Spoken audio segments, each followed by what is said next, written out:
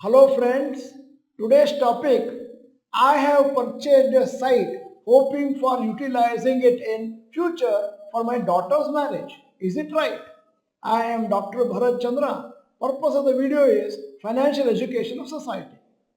As all of you know, we keep on conducting question and answer sessions in YouTube on a regular basis and that is live. Very often large number of questions come and we will not be able to answer all of them in the stipulated time. And hence whatever questions that are not answered but it is worth answering, that will benefit a lot of people, we make special videos. This is a video regarding that. The question is, I have purchased a site hoping for utilizing it in future for my daughter's marriage. Is it right? Our comments. Number one, ideally buying a site is not the best idea for funding future expenses since it is difficult to liquidate. 2. If you have real estate, you may need to plan to sell it at least 1 year in advance so that you will get the liquidity and the time to fund the children expenses and marriage. 3. Ideally, it is better to invest in mutual funds or stocks since the percentage returns are higher than real estate. Normally, in real estate, we think of getting around 10 to 11%. Mutual fund, if you invest in equity funds on a long-term basis, you may get anywhere from 13 to 15% and hence mutual funds are more convenient.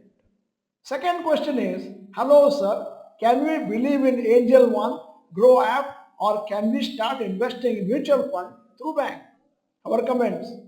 Number one, these online platforms provide you a facility to invest in shares and mutual funds. They are just intermediaries and don't hold your mutual funds. Hence they are safe as long as you are investing in reputed platforms or through a mutual fund distributor.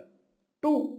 Generally, it is not a good idea to buy mutual funds or insurance through a bank since there is a chance of misguiding. 3. Banks may suggest unsuitable mutual funds if you are not aware of how to select the right mutual funds. 4. So, purchasing through banks is the least preferred option. The preferred option is to buy through platform if you have a good knowledge of mutual funds or through mutual fund distributor if you don't have good knowledge. Third question is, sir, can I invest 10,000 in Nifty Bs only? What is your opinion, sir? Our comments. Nifty Bs is an exchange traded fund of the Nifty 50 index. So, it will contain all the companies in the Nifty index the same weightage. 2. The historical returns of Nifty index is around 12 to 13% per annum in the long term. 3. So, such returns is possible by directly selecting good stocks and also through good mutual funds. 4. Unless you don't know anything, Nifty Bs is not the best way to multiply your money in the long term. Study and research for better options. The last question of this episode is, what is your view on investing in gold? You know the mindset of many people, including me, is that now already gold rate is high and in future it may become almost impossible to buy gold if it goes this way. Our comments. If you need gold for personal use, for making jewelry etc. in the future, then you may buy physical gold regularly over the years. 2. But buying gold just for investment purpose is not a good idea since the long-term results of gold is only 6 to 8% per annum on an average.